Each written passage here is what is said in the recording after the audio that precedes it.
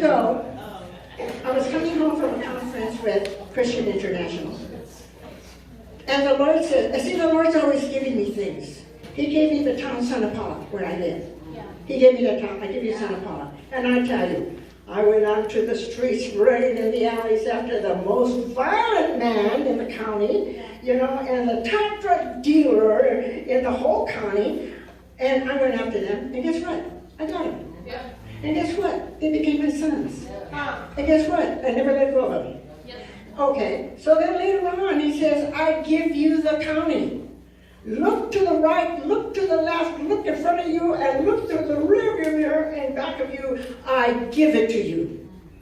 And so he did. So there I am again, in the streets of the whole county. Oh, the top. Oh no, I'm not going to go there because I got a message to give. But anyway, there was a big change in the county. Okay, so that was fine. So I'm coming from this conference and the Lord says, I give you California. California? Okay. So next time I talk to Bishop Hammond, who is the bishop of the nation, I call him the bishop of the nation. He says, I says, the Lord has given me California.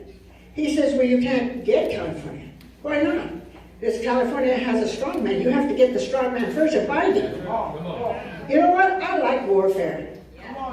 That sound that wind straighten out, when they call him and say, hey, we're going to have a rumble. He'd get out of the house now to have a rumble to fight. Well, I like a rumble. I'm not afraid of Satan. Satan's afraid of me, let me tell you. Satan is afraid of me, and Satan can be afraid of all of you if you only get close to the Lord. Amen. Get to know who you are with God. So then the Lord gives me a strategy. Oh, well, first of all, I call my network, I call Sonny and Linda, and I says, this is what the Lord says, and this is what he says. Tells us how to do it, so we're going to do it. And they says, all right. And they were one of the main ones that reached a lot of churches. Yeah. And so I had a lot of pastors reaching. And the Lord told me that the strong man was in the missions. Can you imagine the missions that were started to reach the people for God? Amen. But men got in there and distorted it. And the strong man for California was there, and he had a grip. I hope that it makes a sound. This doesn't make enough sound. Okay. He was strong.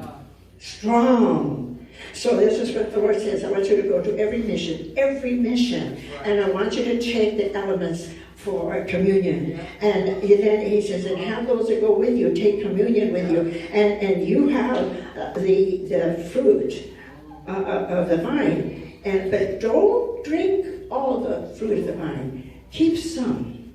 I says, okay. And then take it out and pour it in the ground. The fruit of the vine represents his blood. Wow. Pour my blood on the ground. And when I poured that blood in the ground, every person that had been mistreated, murdered, raped, whatever, called out to God for vengeance. Well, I'll make it short. With the help of all those that were working with me, we bound the strong man. The strong man in California now is bound. And that's why all those prophetic words that went so powerful out today are going to be completed, because sin has no more power. Oh, it's great to be out there running after the most violent man in the state of, or in the county that I knew of, the most violent man. And by the time he came to the Lord, he was so sweet. And he said one time at 5 o'clock in the morning, he woke me up, he says, go out in your front yard and look at the heavens. And I says, it's 5 in the morning. Don't talk to me about anything. Go out there. And I went out there, and the sunrise, I mean, that whole sky was blood red. I've never seen another sunrise like that. And that's how he was. The Lord taught him how to. They removed part of his brain because he was so violent. The Lord taught him how to read, how to write, everything. Well, anyway, so now we're here. We're here with the message of the hour. So God wanted to turn over this earth to us. To us. That we would govern everything. I tell you, when I go to the beauty shop, I don't want to look for a parking place. I said, Father, in the name of Jesus, I want a parking place right in front of the beauty shop. Every time I go to the beauty shop, there is a parking place. And if there's no parking place, by the time I get close to that parking place, the car pulls out and I go in. Govern the earth. The Lord wants us to govern the earth. I started with that little thing. Now I've gone to bigger things. Yeah, that's right. So he was going to get man, and he was going to teach him how to govern the earth. But man, committed high treason. He said it was his wife's fault. She blamed the snake, Satan. No, man was given a free will and he blew it. He blew it. Now he can't even govern his own home. Come on. Man.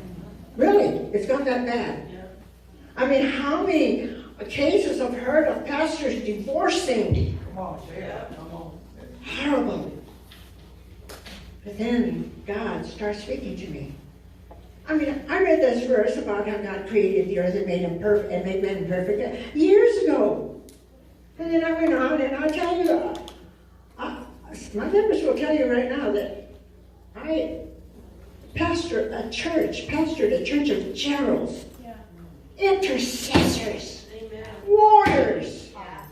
Even the children prostrate themselves and pray in tongues.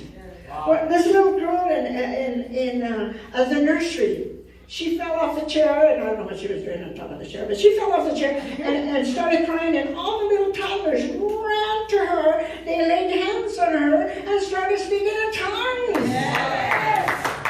That's the kind of church I pastored. Yes. And now I'm going to pastor the world. Yes. And someday I'll preach to you, that's the kind of pastor I did to the world. I'm going to do it because I know who I am. I know who I am. I know that I belong to Christ, that Christ lives in me, and nothing is impossible